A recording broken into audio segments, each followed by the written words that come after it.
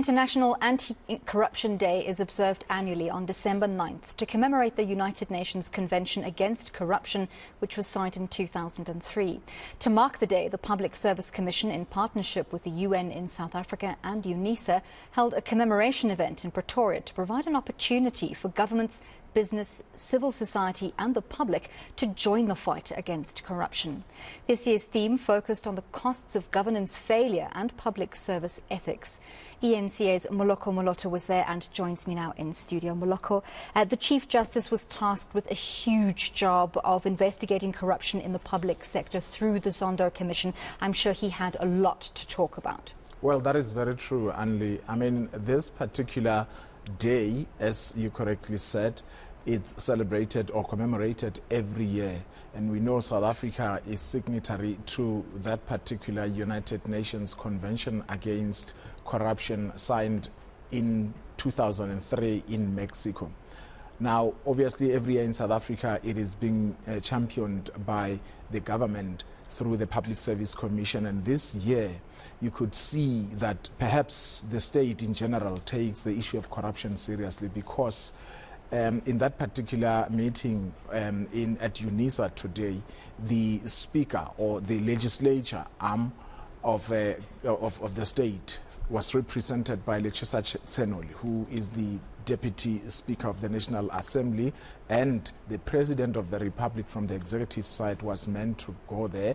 We were told, had to go to the ANC meeting, and from the judiciary, the Chief Justice himself. And of course, as he was speaking, he recounted the evidence that was presented before him during the Zondo Commission.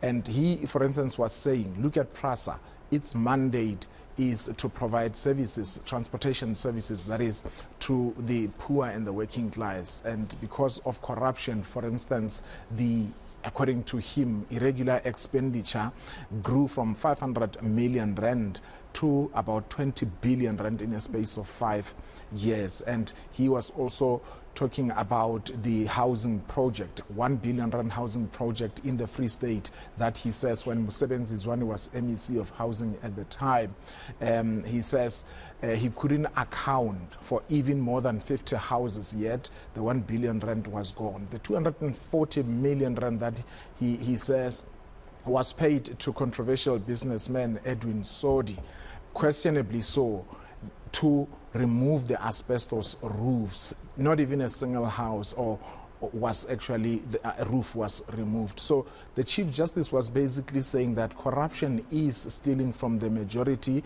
to empower or enrich the minority, and it is the responsibility of all of us as South Africans to fight it. And then obviously, he was speaking tough on the people who are enriching themselves. Perhaps let's listen to him as he was speaking. Through corruption, millions of rands meant for many are stolen by a few who are selfish, greedy, and who do not care about the welfare and the interests of the people. Unfortunately, some of those who participate in corruption in our country are those who pretend to be dedicated to the upliftment of the people. Money that is stolen from the people through corruption is money that would have been used to build schools, clinics, hospitals, roads, bridges, and generally to ensure development in our communities.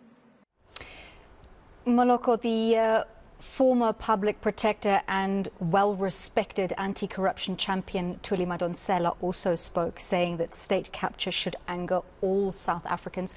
What else did she have to add to the occasion? Yes, Thuli Madonsela is basically saying corruption actually should be declared enemy number one of the people, and it is not only affecting the poor, even the so-called middle class, because when services are not provided, when money gets stolen, everybody tends to suffer. And of course, she did not hold back. She basically blamed the state capture on the Guptas as well as the former president, saying that the Zuma family and the Guptas, what they did actually should anger every South African.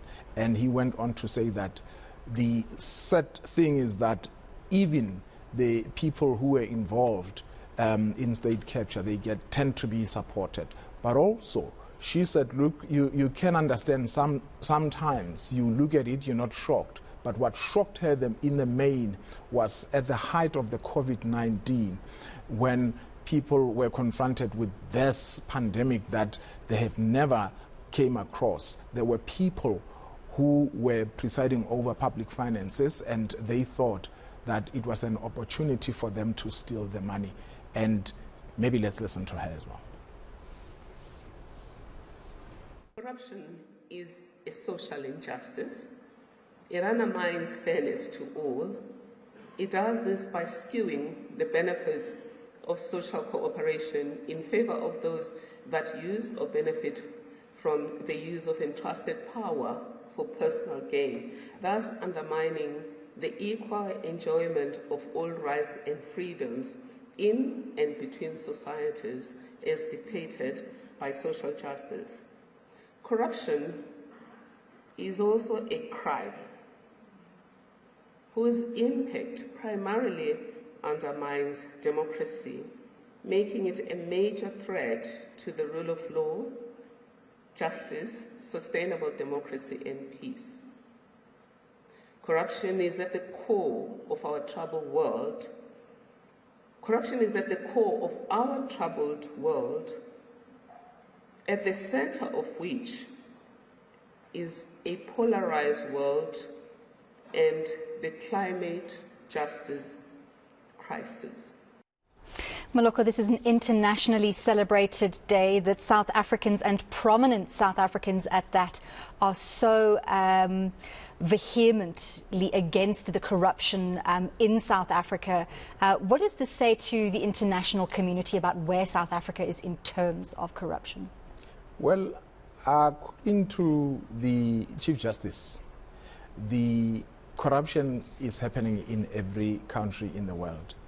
And he is basically saying that as we continue to fight, at least let us fight corruption and push it to the so-called acceptable levels, to a point where we would no longer really say that it is perverse and rampant.